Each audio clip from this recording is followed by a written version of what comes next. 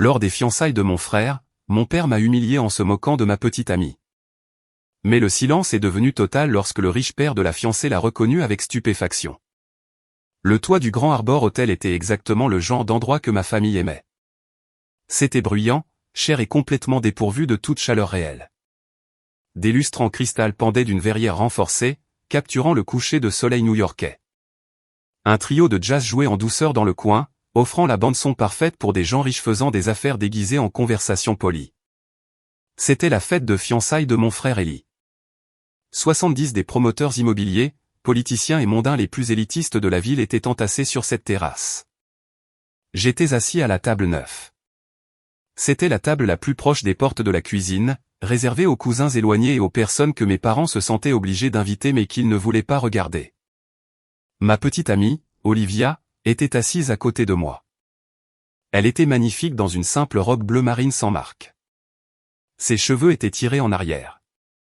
Elle n'avait ni les lourds diamants ni les étiquettes de créateurs agressifs que toutes les autres femmes de la pièce portaient comme une armure.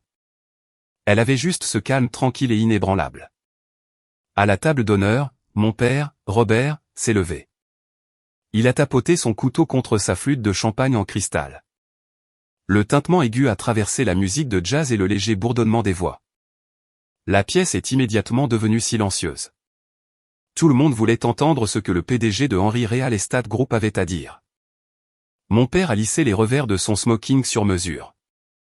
Il a regardé la foule, la poitrine bombée, rayonnant de cette arrogance terrifiante que j'avais connue toute ma vie. Il a levé son verre vers Eli, qui était assis à côté de sa fiancée, Sarah, affichant un sourire suffisant. À Eli, a commencé mon père, sa voix résonnant sur la terrasse. À notre fils réussi, notre fierté et notre joie, l'homme qui portera l'héritage de cette famille au siècle prochain. La foule a éclaté en applaudissements polis. Ma mère, Catherine, a tapoté ses yeux secs avec une serviette en soie, jouant parfaitement le rôle de la matriarche débordée et fière. Eli a levé son propre verre, s'imprégnant de l'admiration comme une éponge. Puis les yeux de mon père ont parcouru la pièce. Je savais exactement ce qui allait arriver. J'ai senti ma mâchoire se serrer. Les applaudissements se sont estompés et le regard de mon père s'est posé sur la table 9. Il m'a trouvé. Un sourire cruel et familier s'est étendu sur son visage. Il s'est légèrement penché vers le microphone. « Et Marc » a-t-il dit. Le microphone a capté le ton sec de sa voix. Les têtes se sont tournées vers l'arrière de la pièce. J'ai senti 70 paires d'yeux lourds de pitié et de jugement tomber sur mes épaules. « Tu peins toujours ces petits tableaux ? Toujours amoureux de ta pauvre fermière ?» Quelques rires étouffés ont parcouru la foule. Mon cousin, Charles, a même ri à haute voix. Ma mère n'a pas dit à mon père d'arrêter. Elle a juste pris une lente gorgée de son vin, détournant le regard comme si elle était gênée par ma simple existence. Je n'ai pas réagi. J'ai gardé les yeux sur mon assiette et j'ai soigneusement coupé un morceau de steak. J'avais passé 28 ans à construire une forteresse autour de mes émotions. Il voulait une réaction. Il voulait que je me fâche, que je parte en claquant la porte, que je prouve que j'étais la déception instable qu'ils avaient toujours prétendu que j'étais. J'ai refusé de leur donner cette satisfaction. Mais Olivia n'a pas regardé son assiette. J'ai senti l'air changer à côté de moi. Elle a posé sa serviette proprement sur la table. Elle n'avait pas l'air en colère.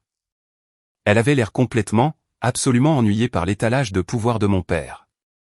Elle s'est levée, le tissu de sa chaise a raclé bruyamment sur le sol en marbre.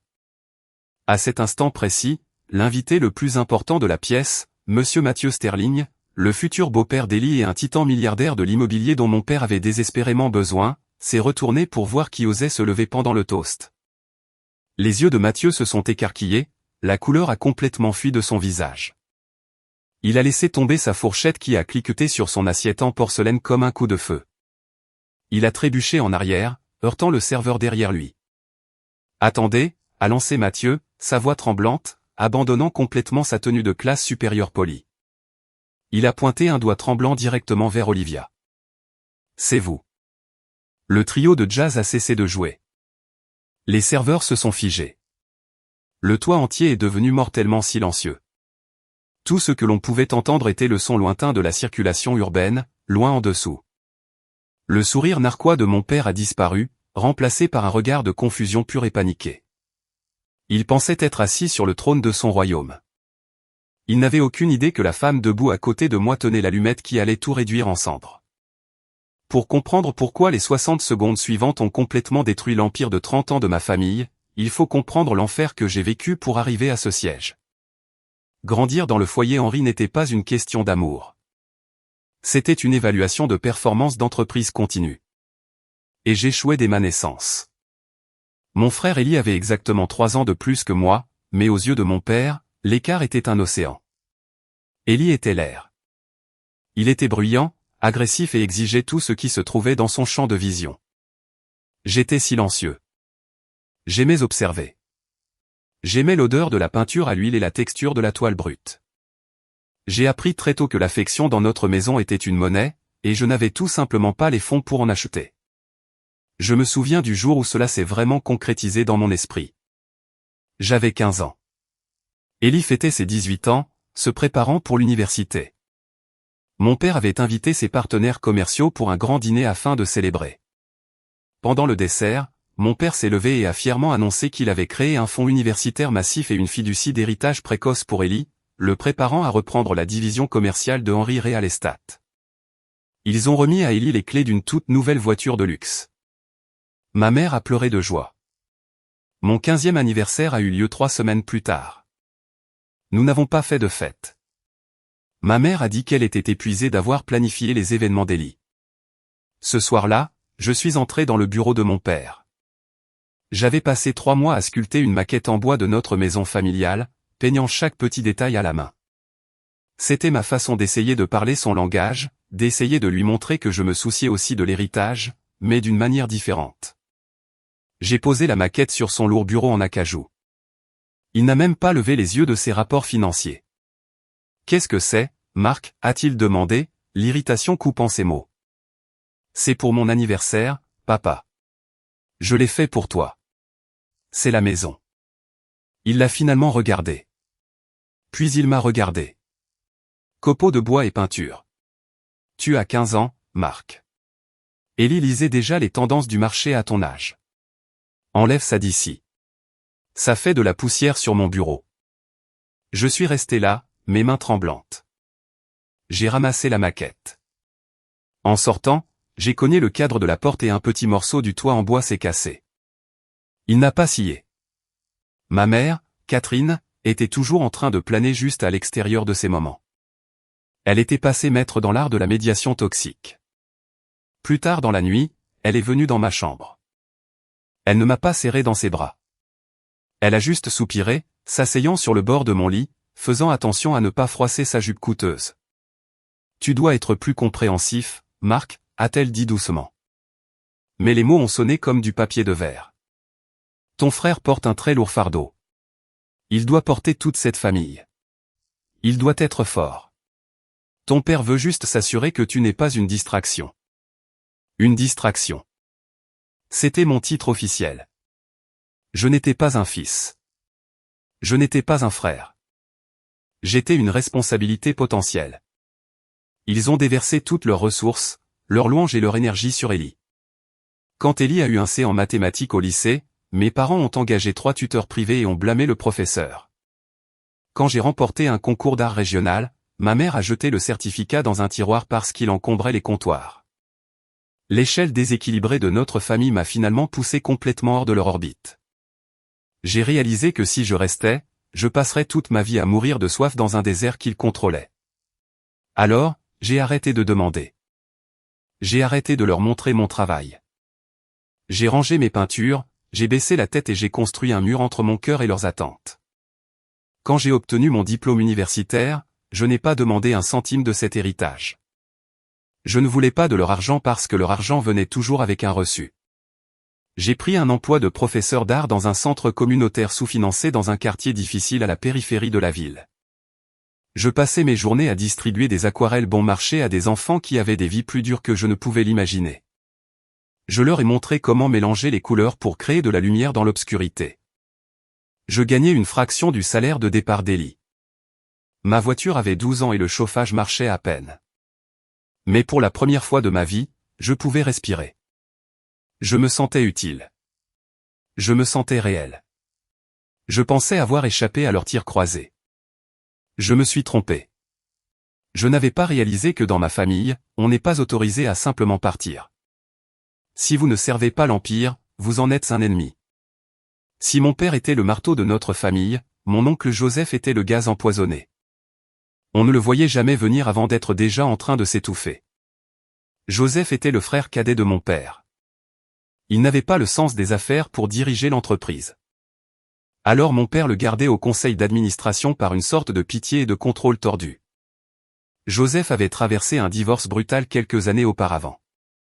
La bataille pour la garde de ses enfants l'avait épuisé, le laissant amer, creux et désespéré de prouver sa valeur à mon père.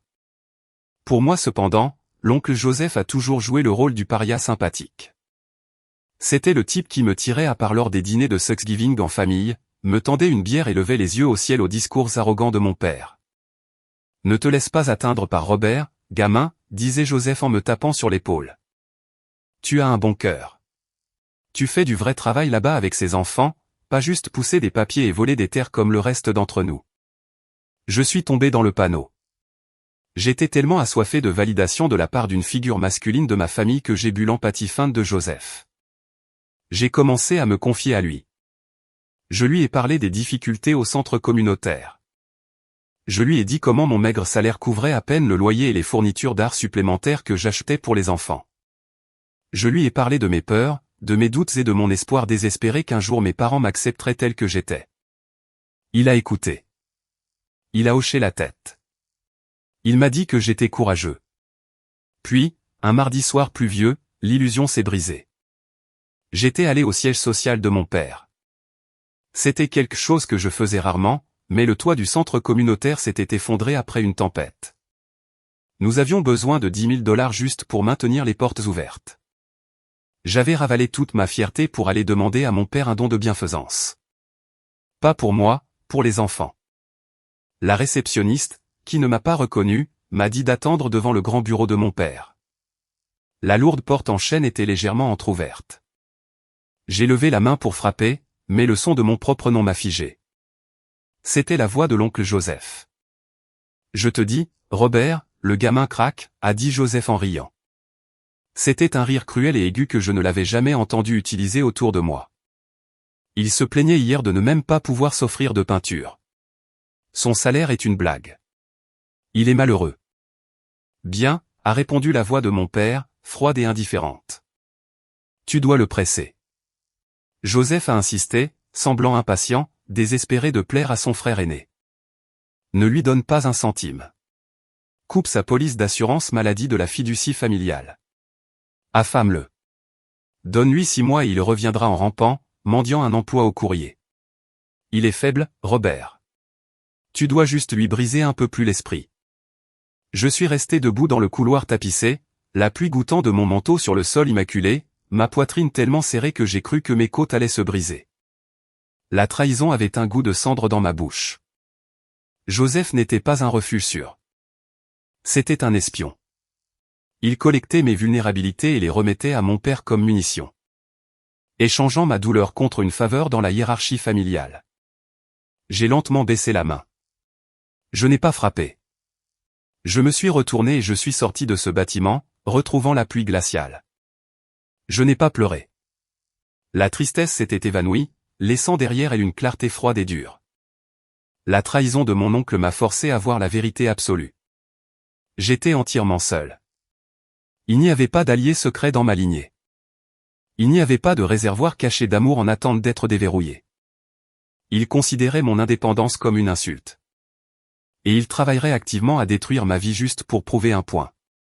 Cette nuit-là, je me suis assis dans mon appartement glacial, fixant mon compte bancaire. J'avais $86 en poche. Le centre communautaire s'effondrait. Ma famille complotait activement mon échec. J'étais au plus bas. Je n'avais plus rien à perdre. Et c'est exactement à ce moment-là que l'on devient dangereux. J'ai arrêté de regarder en arrière. J'ai arrêté d'attendre des excuses qui ne viendraient jamais. J'ai déversé toute ma colère et mon énergie dans mon travail. J'ai commencé à postuler à des subventions indépendantes. J'ai travaillé la nuit dans une quincaillerie pour acheter des fournitures pour les enfants. J'ai développé des callosités sur mes mains et une armure sur mon cœur. Je pensais avoir vu le pire qu'il pouvait offrir. Mais ma mère avait encore une dernière leçon à m'enseigner sur l'amour conditionnel. 2 ans après l'incident avec l'oncle Joseph, quelque chose d'incroyable s'est produit. Malgré le manque de financement, mes élèves du centre communautaire ont créé un projet de fresque murale qui a attiré l'attention du bureau du maire. C'était une œuvre massive dépeignant l'histoire de notre ville à travers les yeux de ces immigrants de la classe ouvrière. Grâce à cette fresque, j'ai été nominé pour un prix national de l'éducation artistique urbaine. C'était un événement majeur. Il y aurait un banquet officiel en centre-ville.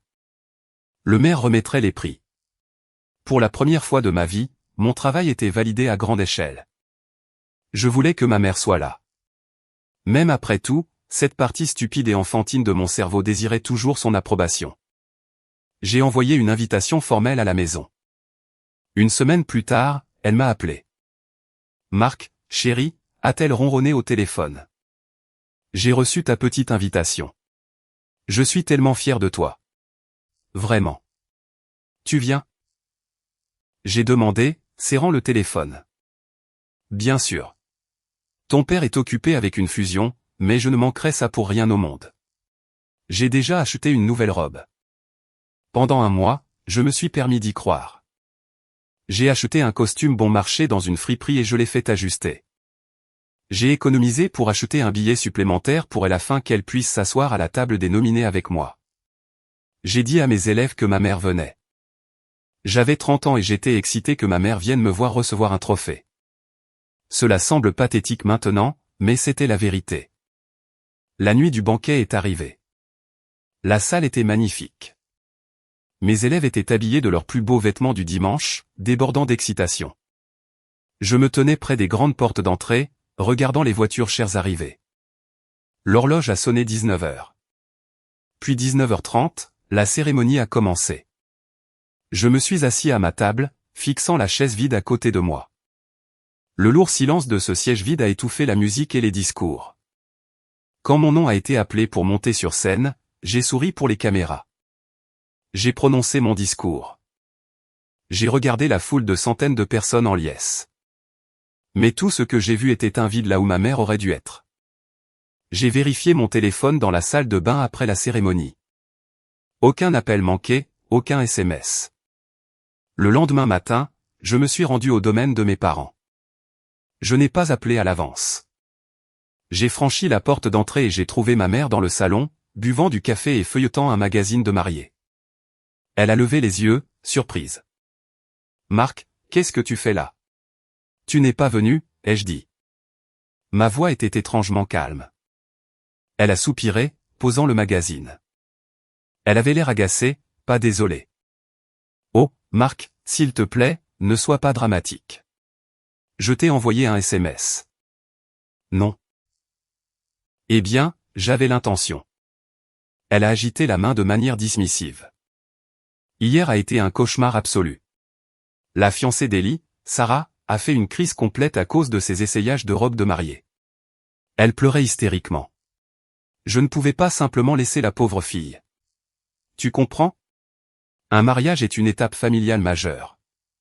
Ton petit truc artistique. Eh bien, il y aura d'autres banquets. Je l'ai regardée. Elle ne mentait pas pour couvrir. Elle croyait sincèrement que faire du shopping pour une robe de mariée pour la femme épousant son enfant prodige était bien plus important que d'être témoin de la plus grande réussite de ma vie. Elle m'a regardé comme si mon chagrin était une gêne pour son café du matin. Elle a regardé ma cérémonie de remise de prix comme si c'était des funérailles qu'elle avait réussi à éviter d'assister. Une étape familiale majeure, ai-je répété doucement. Exactement. Elle a souri, pensant que j'avais reculé. Je t'emmènerai déjeuner la semaine prochaine pour me rattraper. Nous pourrons aller à ce restaurant de sandwich que tu aimes. J'ai réalisé alors que Catherine n'était pas une victime de la domination de mon père. Elle était une participante active à mon effacement. Elle utilisait l'illusion de l'amour maternel pour me garder lié, mais elle couperait la corde dès qu'Ellie aurait besoin de quoi que ce soit. Ne t'inquiète pas pour le déjeuner, maman, ai-je dit. Je me suis retourné et j'ai marché vers la porte. Marc, ne t'en va pas quand je te parle. Tu es bien trop sensible, a-t-elle crié, sa voix montant enfin. Je ne me suis pas arrêté.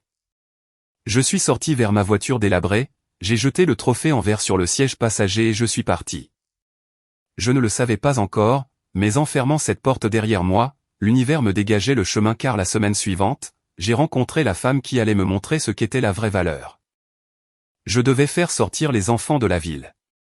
Le centre communautaire était étouffant sous la chaleur estivale, alors j'ai organisé une excursion. J'ai trouvé une annonce en ligne pour une immense réserve écologique indépendante à environ 2 heures de route au nord de la ville.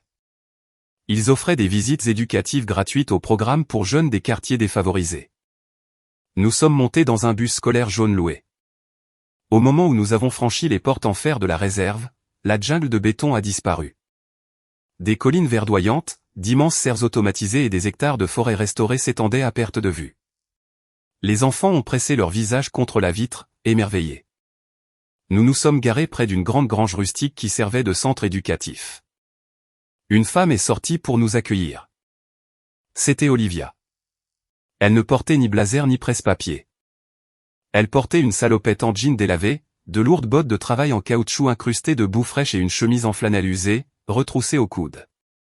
Ses cheveux étaient attachés en une tresse désordonnée et elle avait une tache de saleté sur la joue gauche.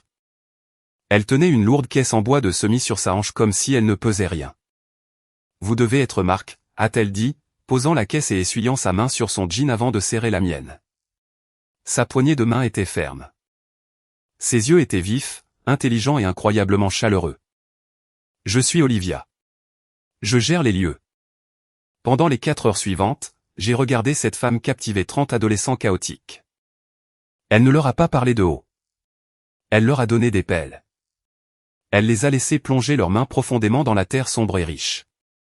Elle leur a appris comment un écosystème mourant pouvait être ramené à la vie si l'on prêtait simplement attention à ce dont les racines avaient besoin. J'étais hypnotisé. Dans mon monde, les femmes s'habillaient pour intimider. Ma mère et les femmes que mon frère fréquentait portaient leur richesse comme une armure, calculant constamment la valeur nette de tous les occupants de la pièce. Olivia ne se souciait de rien de tout cela. Elle était ancrée. Elle était réelle. Pendant la pause déjeuner, pendant que les enfants mangeaient des sandwichs sur l'herbe, je me suis approché d'elle alors qu'elle réparait une ligne d'irrigation goutte à goutte. Je lui ai tendu une bouteille d'eau. « Tu es doué avec eux ?» ai-je dit, assis sur un seau renversé. « Ce sont de bons enfants » a-t-elle répondu, prenant une gorgée et essuyant son front du revers de son bras. « Ils ont juste besoin de savoir que la croissance prend du temps. Les gens en ville s'attendent à tout instantanément. Ici, il faut être patient. Il faut nourrir les choses. » Nous avons commencé à parler. Je veux dire, vraiment parler. Je ne lui ai pas parlé de l'empire de mon père ni des voitures de luxe de mon frère. Je lui ai parlé de mon article. Je lui ai dit à quel point il était difficile de financer le centre. Je lui ai parlé de l'épuisement d'essayer de prouver ma valeur à des gens qui refusaient de me voir. Elle a écouté. Elle n'a pas offert de platitudes creuses ou de conseils non sollicités. Elle m'a juste regardé avec ses yeux stables et a dit, « La valeur n'est pas quelque chose que quelqu'un d'autre t'assigne, Marc. C'est ce que tu construis de tes propres mains. » J'ai senti quelque chose bouger dans ma poitrine. Un lourd bloc gelé de ressentiment que j'avais porté pendant des décennies a commencé à se fissurer. J'ai commencé à me rendre à la réserve le week-end. Je lui ai dit que je voulais me porter volontaire pour l'aider avec la plantation, mais en réalité, je voulais juste être près d'elle. Nous avons passé des heures à travailler côte à côte en silence. Nous avons mangé de la nourriture bon marché de dîner sur le haillon de son pick-up poussiéreux. Nous sommes tombés amoureux lentement, naturellement, comme un lever de soleil tranquille. Elle m'a dit qu'elle vivait dans une petite cabane au bord de la propriété. Elle m'a dit qu'elle aimait la vie tranquille. Je l'aimais pour ça. J'aimais qu'elle ne se soucie pas de la haute société. J'aimais qu'elle soit exactement ce qu'elle semblait être. Une femme travailleuse, brillante, dont les mains étaient calleuses à force de travail réel. J'étais heureux, vraiment profondément heureux pour la première fois de ma vie d'adulte. Mais ma famille avait un radar pour mon bonheur et ils ne pouvaient pas le supporter. Pendant que je construisais une nouvelle vie avec Olivia, mon passé se préparait à lancer une attaque dévastatrice. Et l'arme qu'ils ont utilisée n'était pas un membre de la famille. C'était mon meilleur ami. Jean était le directeur du centre communautaire. Nous avions travaillé côte à côte pendant 5 ans. Nous avions peint des murs ensemble, chassé les jeunes délinquants ensemble et partagé des pizzas bon marché lorsque nos salaires étaient en retard. Je le considérais comme un frère, le frère qu'Élie n'a jamais été. Mais j'avais oublié une règle fondamentale du monde d'où je venais. Tout le monde a un prix. Le centre communautaire était situé sur un excellent terrain de coin dans un quartier en pleine gentrification. Nous ne possédions pas le bâtiment. Nous le louions à une ancienne fiducie privée. Pendant des mois, Jean et moi avions travaillé sur une proposition de subvention massive pour acheter le bâtiment directement afin que les enfants ne perdent jamais leur refuge. J'avais consacré des centaines d'heures à l'élaboration du cadre juridique et de la vision artistique de l'espace. Un jeudi après-midi, je suis entré dans le centre. Les lumières étaient en grande partie éteintes. Les enfants n'étaient pas encore arrivés. J'ai vu Jean debout près du comptoir d'accueil.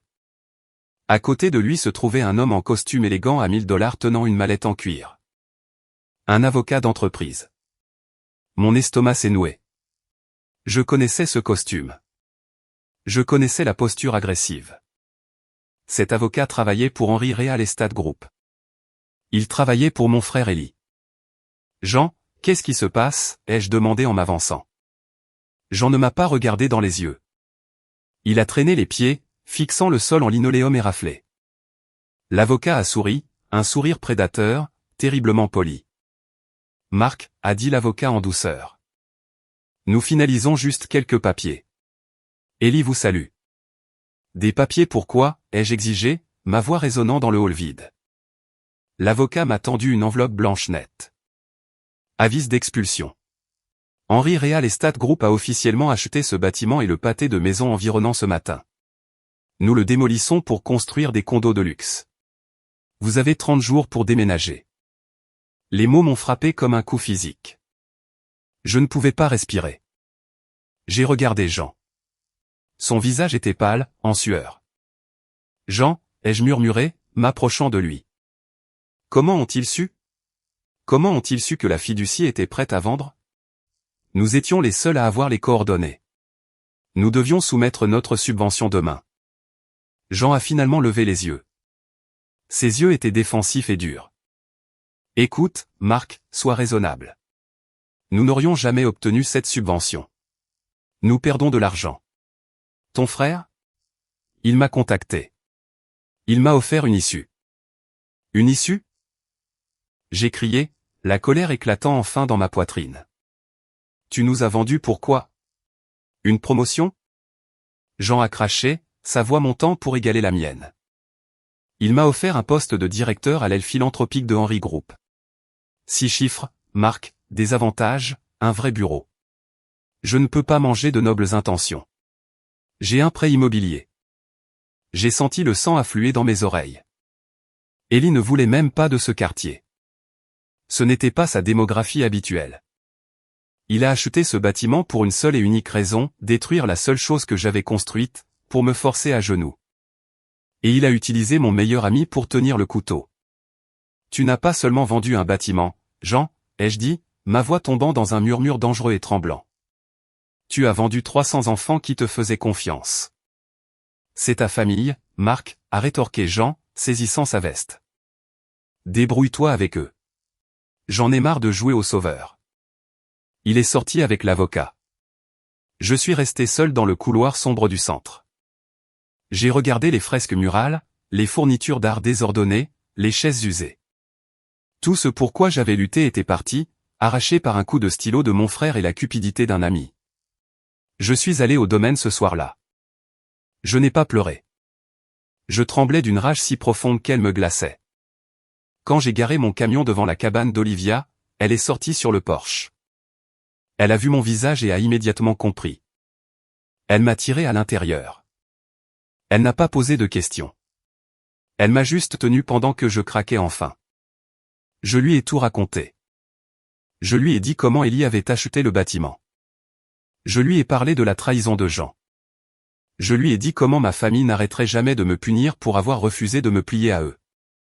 Je n'ai rien, ai-je murmuré, enfouissant mon visage dans mes mains. J'ai 28 ans, et ils viennent de me rayer de la carte. Olivia s'est agenouillée devant moi. Elle a pris mes mains tremblantes et tachées de peinture, et les a serrées fortement dans les siennes. Ses yeux étaient complètement clairs, complètement dépourvus de peur. Ils ne t'ont pas rayé de la carte, Marc, a-t-elle dit doucement, mais avec une intensité terrifiante. Ils viennent de commettre la plus grosse erreur de leur vie pathétique. Je n'ai pas compris ce qu'elle voulait dire à ce moment-là. Je pensais juste qu'elle essayait de me réconforter. Je n'avais aucune idée que sous la chemise en flanelle et la saleté sur ses bottes, la femme qui tenait mes mains possédait assez de pouvoir pour réduire en poussière l'empire de mon père.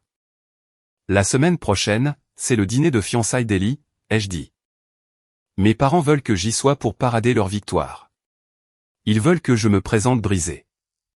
Olivia s'est levée. Sa mâchoire s'est serrée en une ligne dure et inflexible. Nous y allons, a-t-elle dit. Olivia, non. Tu ne connais pas ces gens. Ils te déchireront juste pour m'atteindre. Elle a souri. Ce n'était pas un sourire chaleureux. C'était le sourire d'un prédateur regardant un piège se refermer. Qu'ils essaient, Marc. Je pense qu'il est temps que je rencontre officiellement ta famille. J'aurais dû savoir qu'il ne fallait pas amener Olivia au dîner familial précédant la fête de fiançailles. C'était une affaire privée dans le domaine de mes parents. Juste la famille proche. Un tour de chauffe avant l'événement principal. Ma mère a insisté pour que j'amène ma petite amie afin qu'elle puisse l'évaluer. J'ai essayé de dire à Olivia que nous pouvions le sauter, mais elle était catégorique. Nous sommes arrivés au manoir vendredi soir. Olivia ne s'est pas habillée. Elle portait un jean foncé propre, un simple pull blanc et une paire de bottes en cuir qui avaient clairement vu des kilomètres de chemin de terre. À côté des piliers de marbre et des voitures de sport européennes dans l'allée de mon père, elle ressemblait à une extraterrestre. Nous sommes entrés dans la salle à manger formelle. La lourde table en chêne était dressée avec de l'argenterie et de la porcelaine fine. Mon père, Robert, était assis en bout de table. Ma mère, Catherine, était assise à sa droite, portant une blouse en soie qui coûtait plus cher que ma voiture. Ellie et sa fiancée Sarah étaient installées sur les chaises en velours, buvant du vin importé. Charles, mon cousin odieux, qui vivait pratiquement à la maison, riait déjà de quelque chose qu'Ellie avait dit. Les rires ont cessé dès que nous sommes entrés. 5 paires d'yeux se sont posés sur Olivia. Je les ai vus faire une autopsie visuelle d'elle. Ils ont remarqué ses cheveux non coiffés, son absence de bijoux, ses bottes pratiques. J'ai pu pratiquement entendre les caisses enregistreuses dans leur tête sonner un total de $0. Eh bien, ma mère a rompu le silence, sa voix dégoulinant de douceur artificielle. Vous devez être Olivia. Marc ne nous a absolument rien dit de vous. Bonsoir, Madame Henry, a dit Olivia poliment, prenant le siège que je lui avais tiré à l'extrémité de la table. Le dîner fut une leçon magistrale de guerre psychologique. Ils ne l'ont pas insulté directement. Ils ont utilisé le scalpel passif-agressif que les gens riches perfectionnent au fil des décennies. Alors, Olivia, commença Ellie en faisant tournoyer son verre de vin. Marc dit que vous travaillez dans cette réserve naturelle. Que faites-vous exactement? Ramasser des feuilles? Donner des visites aux tout-petits? Je gère les terrains et supervise la santé opérationnelle du domaine, a répondu Olivia calmement, coupant son poulet. Sa voix n'a pas tremblé. Santé opérationnelle? Mon père a ricané, ne la regardant même pas. Ça ressemble à une façon élégante de dire que vous êtes une fermière. C'est du travail manuel. Noble, je suppose, pour les gens qui n'ont pas la capacité de la stratégie de haut niveau. Ma mâchoire s'est serrée. Papa, ne. Ne quoi, Marc? Mon père a claqué, ses yeux me lançant des éclairs. Je fais la conversation. Nous essayons simplement de comprendre comment quelqu'un avec son passé s'attend à construire un avenir. À moins, bien sûr, que le plan soit simplement de s'attacher à quelqu'un dont le nom de famille est Henry. L'implication était claire. Il pensait qu'elle était une croqueuse de diamants, ce qui était hilarant étant donné que mon compte bancaire était actuellement à découvert de $14 grâce à Ellie qui m'avait fait expulser. Je peux vous assurer, Monsieur Henry, a dit Olivia, posant son couteau. Elle a regardé directement sur toute la longueur de la table dans les yeux de mon père. Mon avenir est incroyablement sûr. Je n'ai besoin du nom de personne pour construire mon héritage. Ma mère a laissé échapper un rire aigu et condescendant. Oh, ma chérie, c'est très mignon, mais l'idéalisme ne paie pas un prêt immobilier. Catherine a fait signe à la bonne de débarrasser les assiettes. Pendant que le personnel s'affairait autour de nous, ma mère a fouillé dans son sac à main de créateur. Elle en a sorti une épaisse enveloppe de couleur crème et l'a fait glisser sur la table en bois poli vers Olivia. Nous savons que Marc est en difficulté, a dit Catherine, sa voix baissant en un faux murmure de conspiration, comme si elle nous rendait service. Il a perdu son petit travail cette semaine. Nous sommes pleinement conscients de la réalité financière. Je suppose que vous n'avez pas non plus les moyens de le soutenir. Cette enveloppe contient 10 000 $ en espèces. La pièce est devenue mortellement silencieuse. Même Ellie a semblé légèrement surpris par la brutalité de ma mère. « Maman », ai-je grogné en me levant. « Tu es folle ? Range ça. »« Assieds-toi, Marc », a aboyé mon père. Ma mère m'a ignoré, gardant les yeux rivés sur Olivia. « Prends l'argent, Olivia. Va t'acheter une jolie garde-robe. Peut-être ouvrir une petite boutique de fleurs. Mais je veux que tu comprennes que Marc est un navire qui coule. Si tu restes avec lui, tu couleras. Prends l'enveloppe et laisse notre fils régler ses propres problèmes. » C'était l'insulte suprême. Elle essayait d'acheter ma petite amie juste devant moi. J'ai senti les veines de mon cou battre. J'étais sur le point de renverser la lourde table à manger, mais Olivia a posé sa main sur mon bras. Une pression douce et ferme. « Calme-toi. » Elle n'avait pas l'air en colère. Elle a regardé ma mère avec un mélange d'amusement et de pitié profonde et sincère. Olivia a ramassé l'enveloppe. Elle a senti le poids de l'argent à l'intérieur. Puis elle l'a jeté négligemment sur la table. Elle a glissé et s'est arrêtée parfaitement devant l'assiette de ma mère. « Madame Henry », a dit Olivia, sa voix douce et d'un calme glacial. « Gardez votre argent. Vous en aurez besoin de chaque centime très bientôt. » Mes parents se sont figés. Charles a cessé de mâcher. Il ne savait pas comment interpréter une menace proférée avec un sourire par quelqu'un qu'il considérait comme une paysanne. « Qu'est-ce que cela signifie ?» a exigé mon père, son visage devenant rouge. « Cela signifie, » a dit Olivia, se levant et lissant son pull. « Que le dîner était charmant, mais nous devons partir. Nous vous verrons tous à la fête de fiançailles samedi. » Elle a pris ma main et nous sommes sortis de la salle à manger. Personne ne nous a arrêtés. Derrière nous, j'ai entendu mon père crier à la bonne d'emporter l'argent, furieux que son étalage de pouvoir ait été écarté comme un moustique. Alors que nous rentrions dans l'obscurité, mes mains serraient encore le volant si fort que mes phalanges étaient blanches. « Tu n'aurais pas dû faire ça, lui ai-je dit. Ils sont vindicatifs, Olivia. Ellie en fera sa mission de te ruiner maintenant. » Olivia a regardé par la fenêtre dans la nuit. « Marc, ton frère joue aux dames sur un échiquier qui ne lui appartient pas. Qu'il essaie. » Les retombées de ce dîner ne se sont pas fait attendre. 2 jours avant la grande fête de fiançailles au Grand Arbor Hotel, mon téléphone a sonné. C'était la secrétaire particulière d'Ellie, me demandant de venir immédiatement à son bureau au siège social. Je ne voulais pas y aller, mais je savais qu'ignorer l'appel ne ferait qu'empirer la situation à la fête.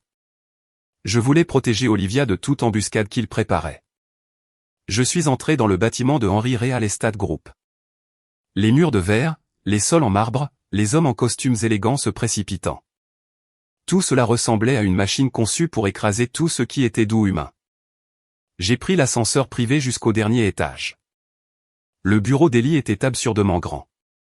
Il avait des fenêtres allant du sol au plafond donnant sur la skyline de Manhattan. Il était assis derrière un bureau en verre, tapant agressivement un stylo argenté contre un épais dossier juridique. Il n'a pas levé les yeux quand je suis entré. « Ferme la porte », a-t-il ordonné. J'ai fermé la lourde porte en chêne. « Qu'est-ce que tu veux, Ellie ? N'as-tu pas fait assez ? Tu as pris le centre communautaire. Tu as gagné. » Il m'a finalement regardé. Il n'y avait aucun triomphe dans ses yeux. Il y avait du stress. De profondes cernes sous ses yeux que son coûteux correcteur ne pouvait pas cacher. Il ressemblait à un homme marchant sur une mine, terrifié à l'idée de bouger un muscle. Le centre était une affaire. Marc grandit. Il a claqué. Il a jeté le stylo. Je t'ai appelé ici pour te donner un avertissement concernant samedi soir. J'ai dit à maman que nous venions. Nous n'allons pas faire de scène si c'est ce qui t'inquiète. Je suis inquiet que tu respires de travers, Marc, a dit Ellie, se penchant en avant, les coudes sur le bureau. Cette fête de fiançailles n'est pas juste une fête. C'est la fusion d'entreprises la plus importante que cette famille ait jamais tentée. Matthew Sterling, le père de Sarah, est l'invité principal. Je savais qui était Matthew Sterling. Tout le monde à New York le savait. C'était un milliardaire impitoyable, un titan autodidacte qui contrôlait une part massive du zonage commercial de la ville. Matthew est traditionnel, a continué Ellie, sa voix tendue d'anxiété. Il se soucie de l'image de la famille. Il se soucie de la perfection. S'il te voit, toi et ta petite amie fermière, causer des drames, cela me nuit. Et si cela me nuit, l'accord tombe à l'eau. J'ai croisé les bras. Quel accord, Ellie? Vous avez plus d'argent que Dieu. Pourquoi transpirez-vous autant? Ellie a hésité. Pendant une fraction de seconde, la façade arrogante a glissé et j'ai vu une véritable panique. Il s'est frotté les tempes. Nous avons besoin de Matthew. Papa a surinvesti la société dans un développement commercial massif dans le port. Nous perdons de l'argent, mais il y a une énorme parcelle de terre intacte au nord de l'État. Elle appartient à un conglomérat privé appelé l'EcoTrust. Si nous pouvons acheter cette terre, le développement du port est sauvé. C'est un pivot d'1 milliard de dollars. J'ai froncé les sourcils. Et qu'est-ce que Matthew a à voir là-dedans? Matthew connaît le PDG de l'EcoTrust, a expliqué Ellie, marchant derrière son bureau. Le PDG est notoirement discret. Personne ne connaît son visage. Personne n'a son numéro direct. Il ne traite que par des intermédiaires. Papa supplie Matthew depuis 2 ans pour organiser une réunion. Si le mariage se passe bien, Matthew a promis de négocier l'introduction la semaine prochaine. J'ai regardé mon frère. Le grand empire Henry était un château de cartes. Derrière les costumes sur mesure et l'arrogance, ils étaient noyés de dettes, mendiant une bouée de sauvetage à un autre milliardaire. Alors, ai-je dit lentement, tu as expulsé mes élèves et détruit ma vie pour te sentir important. Alors qu'en coulisses, tu m'en dis des miettes. Le visage d'Ellie est devenu violet. Il m'a pointé un doigt tremblant. Écoute-moi, minable pathétique. Tu te présenteras samedi. Tu t'assiéras à la table du fond. Tu te tairas et tu t'assureras que cette fermière ne nous embarrasse pas devant Matthew Sterling. Si tu me gâches ça, je te jure devant Dieu, Marc, je m'assurerai que tu ne puisses même pas trouver un emploi de balayeur dans cette ville. On se comprend? J'ai regardé son doigt tremblant. Je n'ai absolument rien ressenti. Aucune peur, aucune intimidation, juste une profonde réalisation de sa petitesse. Je comprends parfaitement, Ellie, ai-je dit. Je me suis retourné et j'ai marché vers la porte. Marc, a-t-il crié derrière moi. Gardez-la hors de vue. Je suis sorti du bâtiment. L'air extérieur semblait plus pur. J'ai sorti mon téléphone et j'ai appelé Olivia. Elle a décroché à la première sonnerie. Salut, ai-je dit. Ellie vient de me donner le programme pour samedi. Il est terrifié que nous l'embarrassions devant son futur beau-père. Apparemment, papa a désespérément besoin d'une présentation à une entreprise appelée l'EcoTrust. Il y a eu une longue pause à l'autre bout du fil. Le silence s'est étiré si longtemps que j'ai cru que l'appel avait été coupé. Olivia, tu es là. Quand elle a finalement parlé, sa voix était plus douce que d'habitude, mais elle portait un poids qui m'a fait dresser les poils sur les bras. Je suis là, Marc, a-t-elle dit. Dis à Ellie de ne pas s'inquiéter. Promis? Matthew Sterling et moi allons très bien nous entendre. Le samedi soir est arrivé. Le ciel au-dessus de Manhattan était d'un violet contusionné alors que nous nous rendions au Grand Harbor Hotel. Le voiturier a pris les clés de ma voiture délabrée, la regardant comme une maladie parmi la file de Bentley et de Maybach. J'ai regardé Olivia alors que nous nous tenions devant les portes tournantes. Elle s'était transformée, mais pas de la manière que ma mère aurait souhaité. Elle ne dégoulinait pas de diamants. Elle portait une robe bleu nuit ajustée qui tombait juste sous le genou. Elle était dépourvue de tout logo, complètement discrète, mais la façon dont elle était coupée hurlait l'élégance absolue et intouchable. Ses cheveux étaient relevés et elle portait un seul délicat collier en argent. Elle n'avait pas l'air d'essayer de s'intégrer. Elle avait l'air de posséder le bâtiment. Tu es prête pour ça? J'ai demandé, lui offrant mon bras. J'y suis prête depuis toute la semaine, a-t-elle souri, glissant son bras dans le mien. Nous avons pris l'ascenseur plaqué hors jusqu'à la terrasse sur le toit. Les portes se sont ouvertes sur un mur de son et de lumière. Des serveurs en gants blancs flottaient dans la foule portant des plateaux de champagne et de caviar. Les 70 invités étaient une mer de smoking de créateurs et de robes coûteuses. Au moment où nous sommes sortis de l'ascenseur, les capteurs invisibles du radar social de ma famille se sont déclenchés. Mon cousin Charles a été le premier à s'approcher. Il tenait un verre, son visage déjà rougi. Eh bien, a souri Charles, regardant Olivia de haut en bas. Regardez qui s'est fait belle. Est-ce l'enveloppe de tante Catherine qui a acheté cette robe, ou l'avez-vous louée? J'ai fait un pas en avant, ma poitrine se serrant, mais Olivia m'a doucement serré le bras. Elle n'a même pas regardé Charles. Elle l'a regardé de loin, le traitant avec le genre de silence dédaigneux que l'on réserve à un insecte agaçant. Le sourire narquois de Charles a flanché sous son manque absolu de réaction, et il s'est maladroitement éclipsé dans la foule. Nous avons trouvé nos sièges à la table 9, cachés près des portes de service, exactement comme Élie l'avait ordonné. J'ai observé la pièce. C'était fascinant de voir les dynamiques de pouvoir se dérouler en temps réel.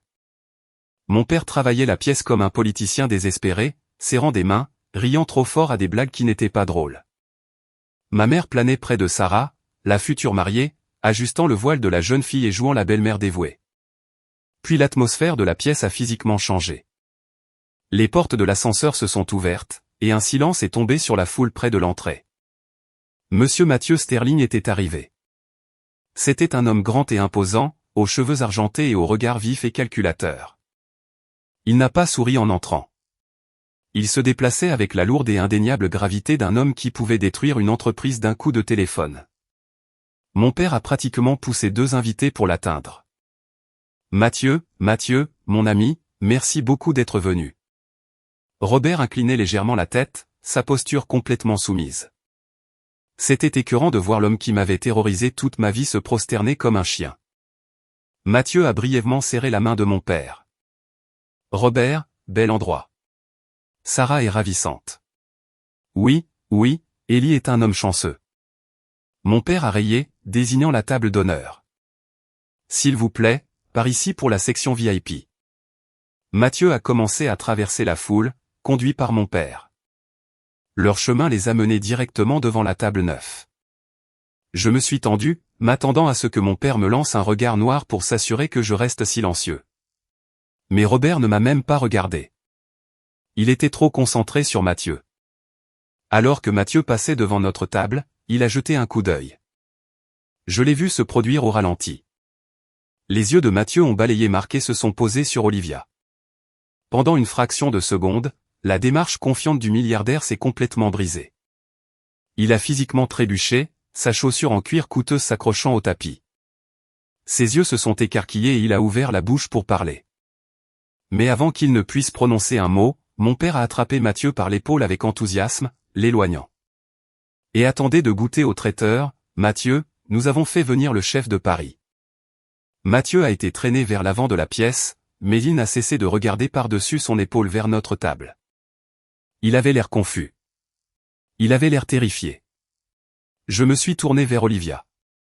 Elle buvait calmement son eau pétillante, regardant Mathieu prendre place à la table d'honneur. Un minuscule sourire assez réjoui au coin de ses lèvres. Olivia, ai-je murmuré. Les poils de ma nuque se hérissant. Pourquoi Mathieu Sterling vient-il de te regarder comme s'il avait vu un fantôme? Elle a posé son verre. La musique de jazz a gonflé alors que les serveurs commençaient à verser le champagne pour les toasts. Parce que Marc, a-t-elle dit doucement, ses yeux fixés sur mon père à l'avant de la pièce. Il sait exactement qui je suis. Et dans environ 5 minutes, ton père va le découvrir aussi. Le verre dans la main de mon père a tapé contre le microphone. La pièce est devenue silencieuse. La tempête était là. Le tintement aigu du couteau de mon père contre sa coupe de champagne en cristal a résonné sur la terrasse du toit. Le groupe de jazz a immédiatement cessé de jouer. Le léger murmure des gens riches discutant de leur portefeuille d'investissement et de leur résidence secondaire est devenu complètement silencieux. Tout le monde s'est tourné vers le chef de table. Mon père, Robert Henry, se tenait droit, son smoking sur mesure parfaitement repassé, sa poitrine bombée de cette fierté agressive qui ne vient que de penser que l'on possède le monde. Il a regardé les 70 invités. Il a regardé la ligne d'horizon de la ville derrière nous. Puis il a regardé son enfant prodige. Mesdames et messieurs, a commencé mon père, sa voix résonnant dans le microphone, conçu pour imposer le respect. Nous sommes réunis ici ce soir pour célébrer l'avenir, pour célébrer mon fils, Eli, et sa belle future épouse, Sarah. Eli a été la pierre angulaire de Henry Real Estate Group. Il vient d'obtenir une promotion massive au poste de vice-président exécutif. C'est un homme de vision, un homme d'une détermination implacable, et la seule raison pour laquelle l'héritage de notre famille dominera cette ville pour les 50 prochaines années. La foule a éclaté en applaudissements. Les gens ont levé leurs verres. Eli était assis là, s'en imprégnant. Un sourire suffisant et satisfait plaqué sur son visage. Ma mère, Catherine, a essuyé une fausse larme de son œil, jouant le rôle de la matriarche dévouée à la perfection absolue. Mon père a levé la main, signalant le silence. Les applaudissements se sont estompés. Il n'avait pas fini. Il avait besoin d'une chute. Il avait besoin d'un contraste pour faire briller Eli encore plus. Et dans notre famille, j'étais toujours le contraste. Ses yeux ont balayé la pièce, passant devant les milliardaires et les politiciens jusqu'à ce qu'ils se posent sur la table 9. Ma table. La table coincée près des portes de la cuisine.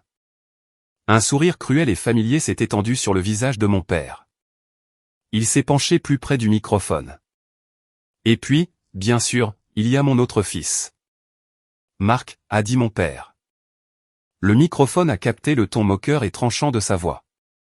70 pères Dieu se sont tournés vers moi. J'ai senti le poids collectif de leur pitié et de leur jugement peser sur mes épaules. Dis-moi, Marc, a continué mon père, sa voix dégoulinant de condescendance. Tu joues toujours avec tes petites peintures? Tu continues à ternir le nom de la famille? Et cette pauvre fermière que tu as amenée ce soir? Va-t-elle faire pousser des carottes pour payer ton loyer maintenant que tu n'as plus de travail? Un murmure de rire cruel a traversé la foule. Mon cousin Charles a reniflé dans son verre. Eli a souri. Ma mère n'a pas dit un mot pour l'arrêter. Elle a simplement pris une lente gorgée de son vin coûteux et a détourné le regard. Il voulait que je craque. Il voulait que je crie, que je parte en claquant la porte, que je prouve que j'étais la déception instable et trop sensible qu'ils avaient toujours prétendu que j'étais. J'ai senti ma mâchoire se bloquer, mes mains se sont serrées en poing sous la table. J'avais 28 ans, mais à ce moment-là, je me sentais comme ce gamin de 15 ans tenant une maison en bois cassé. Mais Olivia n'a pas scié. Elle n'a pas baissé les yeux sur son assiette. Elle n'a pas eu l'air embarrassée. Elle avait l'air complètement, absolument ennuyée par l'étalage pathétique de domination de mon père. Elle a calmement posé sa serviette en lin sur la table. Elle s'est levée. Le bruit de sa chaise raclant sur le sol en marbre a transpercé les rires persistants comme un couteau. À cet instant précis, Monsieur Mathieu Sterling, le titan milliardaire que mon père tentait désespérément d'impressionner, l'homme dont l'approbation dépendait de tout l'Empire Henry, s'est retourné sur son siège à la table VIP pour voir qui avait l'audace de se lever pendant le toast. Les yeux de Mathieu se sont posés sur Olivia, le sang a complètement fui du visage de Mathieu. Il avait l'air d'avoir été frappé par la foudre. Il a laissé tomber sa lourde fourchette en argent. Elle a heurté son assiette en porcelaine avec un claquement fort et aigu qui a résonné sur la terrasse silencieuse. Mathieu a trébuché en arrière, sa chaise basculant et s'écrasant au sol. « Attendez » a lancé Mathieu, sa voix tremblante, perdant complètement son sang-froid de haute société. Il a pointé un doigt tremblant directement vers ma petite amie. « Attendez, c'est vous. » Le sourire narquois de mon père a disparu instantanément. Il a baissé le microphone, regardant d'avant en arrière entre Mathieu et Olivia dans une confusion paniquée. Mathieu n'a pas regardé mon père. Il a pratiquement sprinté à travers la terrasse du toit. Bousculant un serveur portant un plateau de champagne, il s'est arrêté à 2 pieds de notre table. Ce milliardaire terrifiant et puissant a soudainement incliné la tête, sa posture complètement soumise. « Mademoiselle Olivia » a balbutié Mathieu, sa voix assez forte pour que toute la pièce l'entende. « Mon Dieu, je n'avais aucune idée que vous étiez à New York. Je n'avais aucune idée que vous assisteriez à cet événement. Veuillez excuser le plan de table.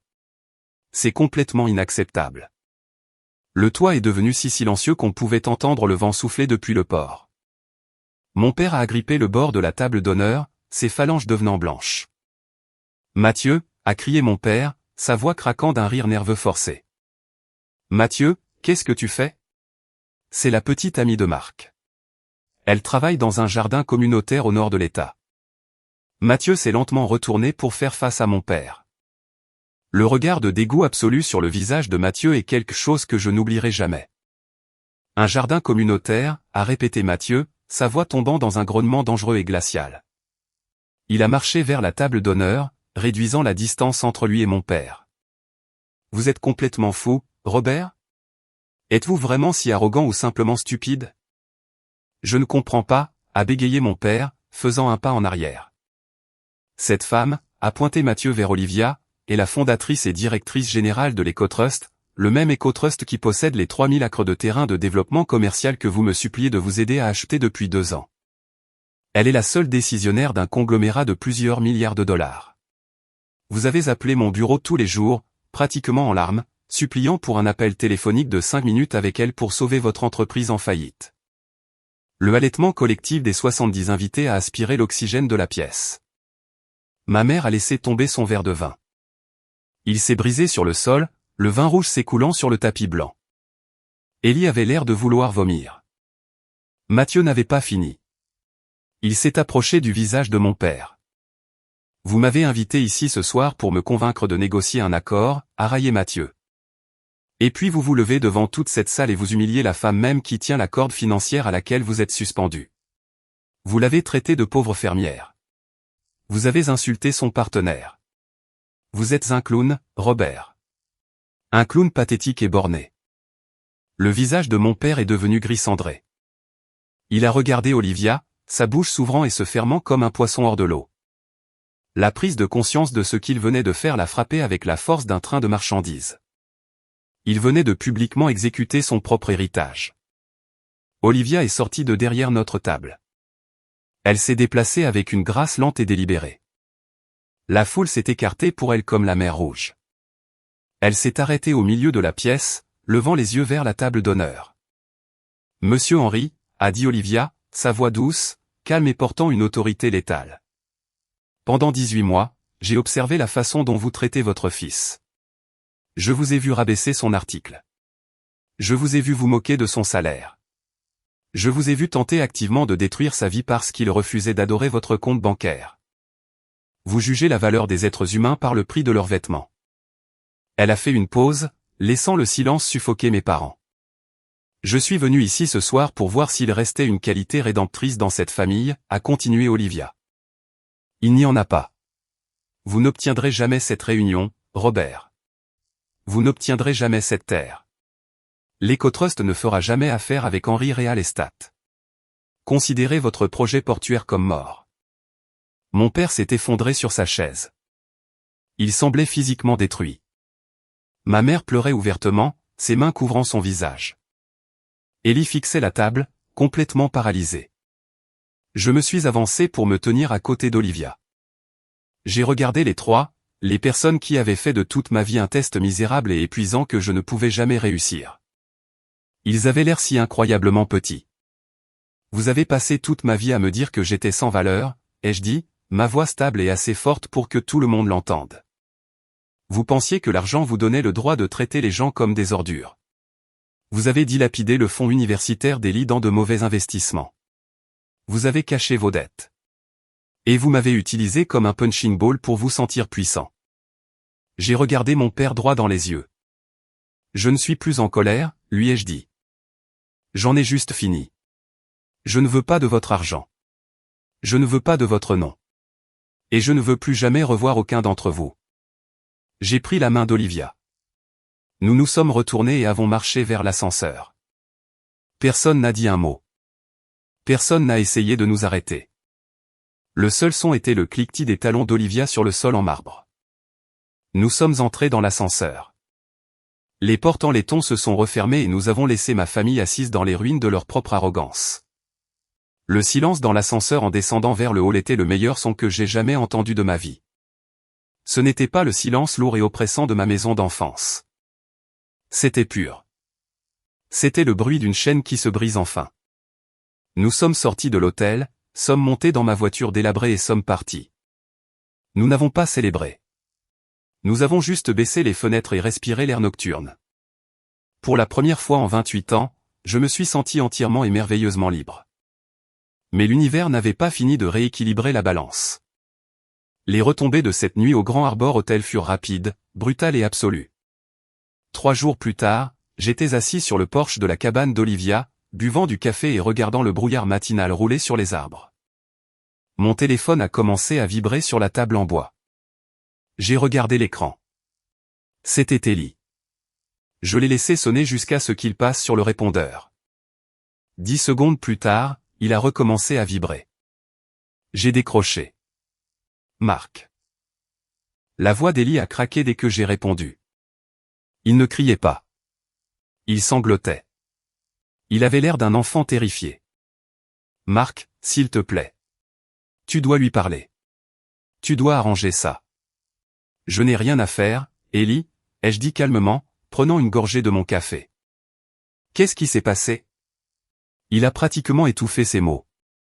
Mathieu s'est retiré. Il a tout annulé. Sarah a annulé le mariage ce matin. Elle a déménagé. Mathieu a dit à tout son réseau ce que papa avait fait à la fête. Il leur a dit que papa est instable et financièrement toxique. Tous nos investisseurs fuient. Les banques ont rappelé les prêts pour le projet du port. J'ai ressenti un bref instant de pitié fugace, mais je me suis souvenu de l'avis d'expulsion qu'il m'avait tendu avec un sourire. Je me suis souvenu de mes élèves pleurant lorsque les portes du centre communautaire ont été verrouillées. Les actions ont des conséquences, Ellie, ai-je dit. Vous avez construit une maison d'arrogance. Un vent fort allait toujours la faire tomber. C'est pire que ça, a chuchoté Ellie, la panique prenant complètement le dessus sur sa voix. Papa a ordonné un audit d'urgence complet pour essayer de rassembler suffisamment de liquidités pour rembourser la banque. Les auditeurs, ils ont trouvé mes comptes. Je me suis redressé un peu. Quel compte? Ellie s'est complètement effondrée. À travers les larmes et l'hyperventilation, la vérité a finalement éclaté. L'enfant prodige, le brillant vice-président exécutif, était une fraude complète. Au cours des 3 dernières années, Ellie avait secrètement détourné des millions de dollars des fonds opérationnels de l'entreprise. Il avait pris des risques massifs et imprudents sur des projets de crypto-monnaie offshore qui ont complètement échoué. Il était noyé de dettes personnelles dues à des jeux de hasard à enjeux élevés et à des contrats de location de voitures de luxe qu'il ne pouvait pas se permettre. J'ai essayé d'arranger ça, a pleuré Ellie. Je pensais que si j'achetais le terrain où se trouvait votre centre communautaire, je pourrais le revendre rapidement à un promoteur commercial et couvrir mes traces avant l'audit.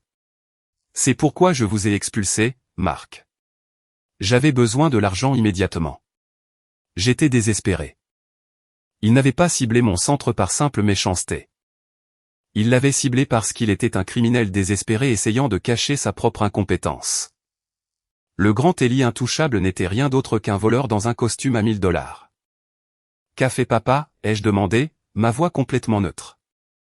Il a perdu la tête, a sangloté Ellie. Il a jeté un verre contre le mur. Il m'a viré sur le champ. Il parle à un avocat en ce moment pour voir s'il peut éviter d'aller en prison pour ma mauvaise gestion financière. Marc, s'il te plaît. Si Olivia signe juste l'accord foncier pour l'éco-trust, les banques reculeront.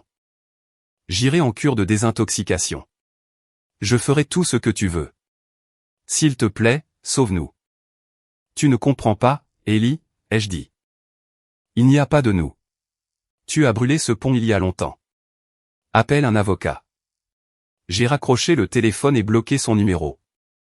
Au cours du mois suivant, j'ai assisté à l'effondrement de Henry Real Estate Group à distance. C'était aux nouvelles locales. Sans le soutien de Mathieu Sterling et l'accord foncier de l'éco-trust, le projet du port a fait défaut. Les banques ont saisi le siège social de mon père. L'entreprise a été contrainte de déposer le bilan. Mon oncle Joseph, l'homme qui avait joué sur les 2 tableaux et fourni des informations à mon père pour me ruiner, a perdu son siège confortable au conseil d'administration et son salaire.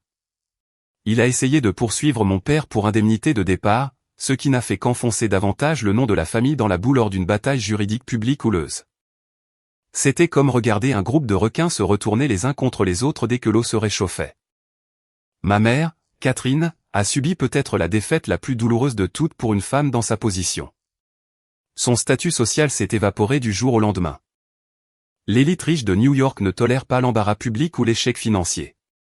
Elle a été discrètement retirée des conseils d'administration de ces organisations caritatives. Ses invitations au gala ont cessé d'arriver. Le country club a suspendu leur adhésion en raison de cotisations impayées. Elle avait passé toute sa vie à juger les gens par leur richesse. Et maintenant, elle devait se réveiller chaque matin et se regarder dans le miroir d'une femme qui n'avait absolument rien d'autre qu'une réputation ruinée. Cela ressemblait aux funérailles d'une famille que je n'avais jamais vraiment eue. Je ne me suis pas réjoui de leur douleur, mais je ne les ai pas pleurés non plus.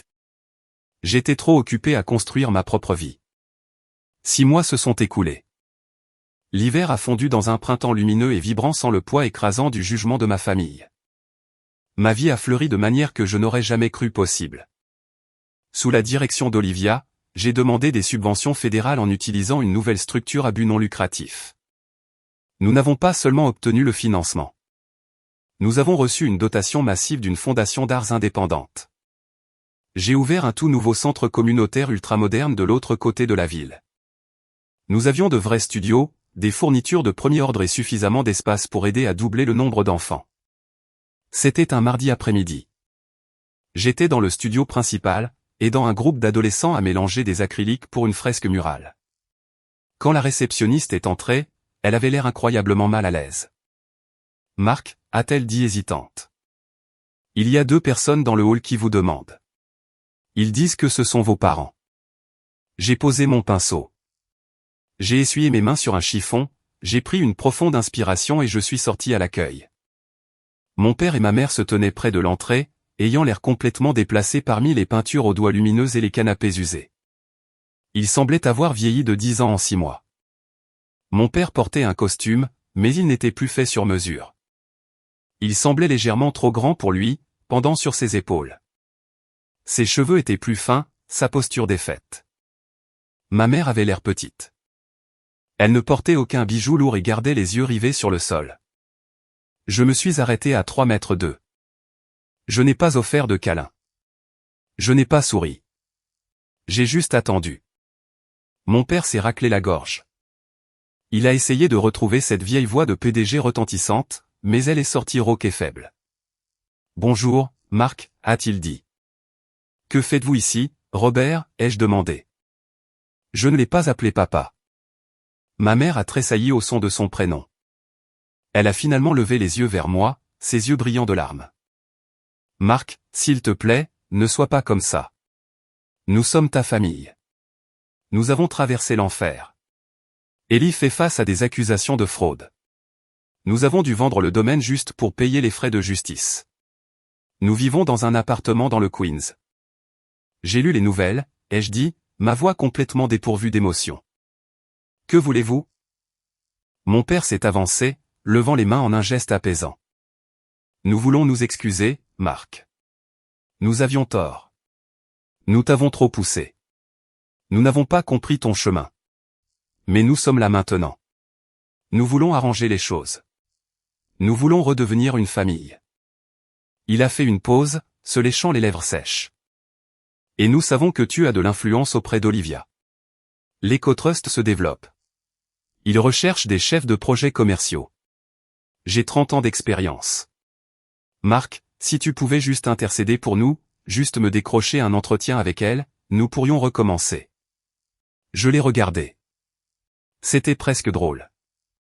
Même maintenant, debout dans les cendres de sa propre vie, il ne pouvait pas voir au-delà de sa propre avidité. « Vous ne vous excusez pas auprès de votre fils » ai-je dit, ma voix nette et claire. « Vous vous excusez auprès de mes relations. Vous pleurez votre compte bancaire, pas votre famille. Je ne vous manque pas. Vous manquez le pouvoir que vous pensiez avoir sur moi. »« Ce n'est pas vrai » a crié ma mère, s'avançant. « Nous t'aimons, Marc. Tu es tout ce qu'il nous reste.